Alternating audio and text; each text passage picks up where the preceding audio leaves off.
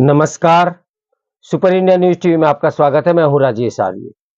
आइए देखते हैं आज का विशेष समाचार। भाषा पर भड़काने वाली राजनीति।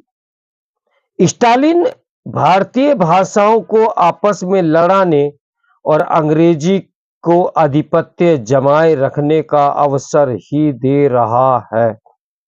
तमिलनाडु के मुख्यमंत्री और द्रमुक नेता एम.के. स्टालिन हिंदी विरोध के लिए हद से ज्यादा आगे बढ़ गए हैं।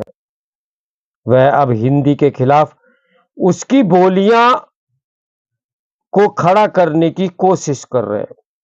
उन्होंने कहा है कि अन्य राज्यों के मेरे प्यारे भाइयों और बहनों, कभी सोचा है कि हिंदी ने कितनी भारतीय भाषाओं को निगल लिया है? भोजपुरी, अवधी, ब्रज, बुंदेली, गढ़वाली, कुमाऊनी,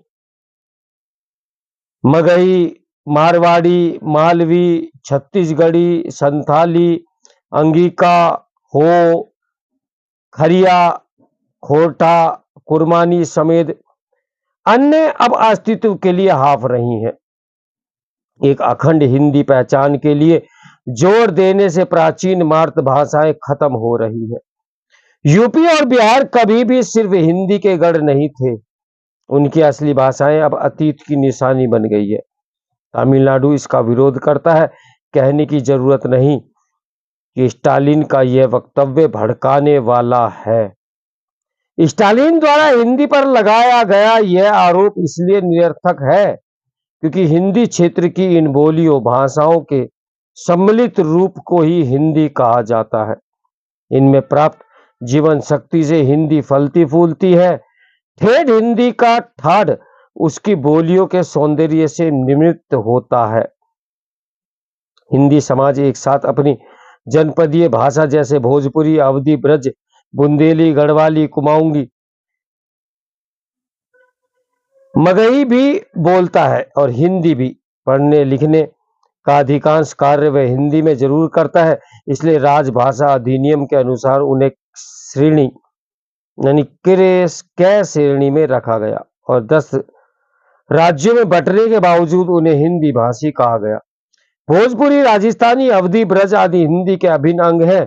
इन बोलियों एवं उपभाषाओं की समृद्धि से हिंदी को और हिंदी की समृद्धि से उसकी उपभाषाओं एवं बोलियों को लाभ होता रहा है।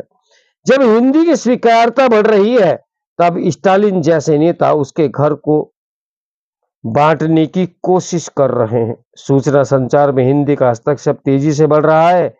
दुनिया के तमाम देश भारत जैसे बड़े बाजार के निमित्त हिंदी को अपनी भविष्य का रास्ता मान रहे हैं। हिंदी के घर को बांटकर और समाज में विभेद पैदा कर स्टालिन खाई खोदने का ही काम कर रहे हैं। इसके पहले उन्होंने संस्कृत का भी बेतुका विरोध किया था। इसी तरह वे ये दुष्प्रचार भी कर रहे हैं कि त्रिभाषा फार्मूला दरअसल हिंदी थोपने की कोशिश है। क्या ऐसे बयान देकर स्टालिन भारतीय भाषाओं को आपस में लड़ाने और अंग्रेजी को आधिपत्य जमाए रखने का अवसर नहीं दे रहा है?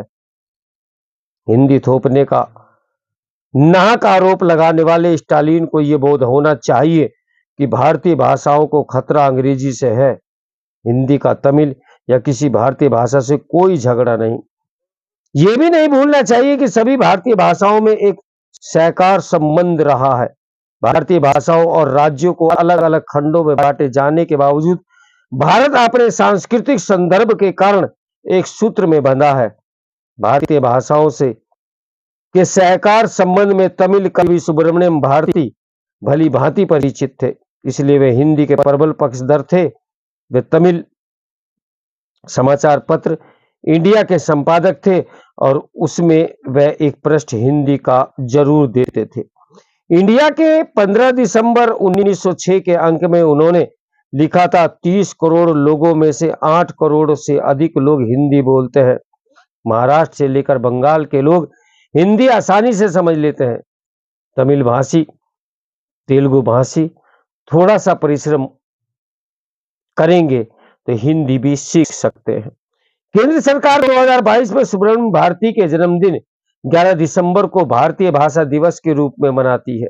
इसके अलावा भारतीय भाषाओं के संबंध में बल देने के लिए 3 वर्षों से काशी तमिल संगम यानी संगमम का आयोजन सफलतापूर्वक किया जा रहा है। लगता है इन आयोजनों से स्टालिन की बेचैनी बढ़ी है।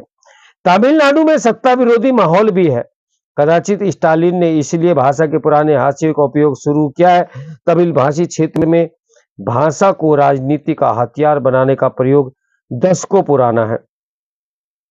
1937 में मद्रास सरकार के प्रमुख के रूप में चक्रवर्ती राजगोपालाचारी ने हाई स्कूल स्तर पर हिंदुस्तानी को अनिवार्य विषय बना दिया तो इसके खिलाफ उग्र आंदोलन शुरू हो गया था। आत्मसम्मान आंदोलन के नेता ईवी रामास्वामी नायकर यानी पेरियार ने गिरफ्तारी दी थी। इनमें पेरियार की छत्र छाया में ही पनपे सी.एन. अन्नादुरई और करुणानिधि जैसे नेता भी थे। करुणानिधि की राजनीति हिंदी विरोधी आंदोलन में हुई। उनकी गिरफ्तारी से ही चमका। इस आंदोलन का प्रभाव दक्षिण के अन्य हिस्सों में भी दिखा, मगर उसकी तीव्रता और विस्तार तमिलनाडु जैसा नहीं था। संविधान के अनुरूप 1965 में हिंदी को भारत की राजभाषा घोषित होना था। तब अंग्रेजी संघ की सहयोगी राजभाषा नहीं रह जाती, किंतु उसके कुछ दिन पूर्व ही मद्रास में श्री राजगोपालाचारी की स्वतंत्र पार्टी और अन्नादुरई की दरमुख के नेतृत्व में तमिल भाषियों ने राजभाषा के रूप में हिंदी का विरोध करते हुए हिंसक आंदोलन शुरू कर दिया।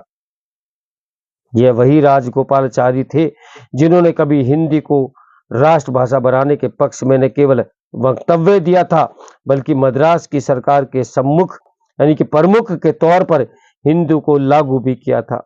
तब से नाहक हिंदी विरोध की राजनीति वहां जारी है। यह देश की एकता के लिए बहुत बड़ा खतरा है। आखिर हमारे देश में ही सांप और सांप के सपोलों को दूध क्यों पिलाया जाता है? तो मेरे साथ बने रहे सुपर इंडिया न्यूज टीवी की ब्रेकिंग न्यूज के लिए। नमस्कार, मैं हूं राजेश आर्य।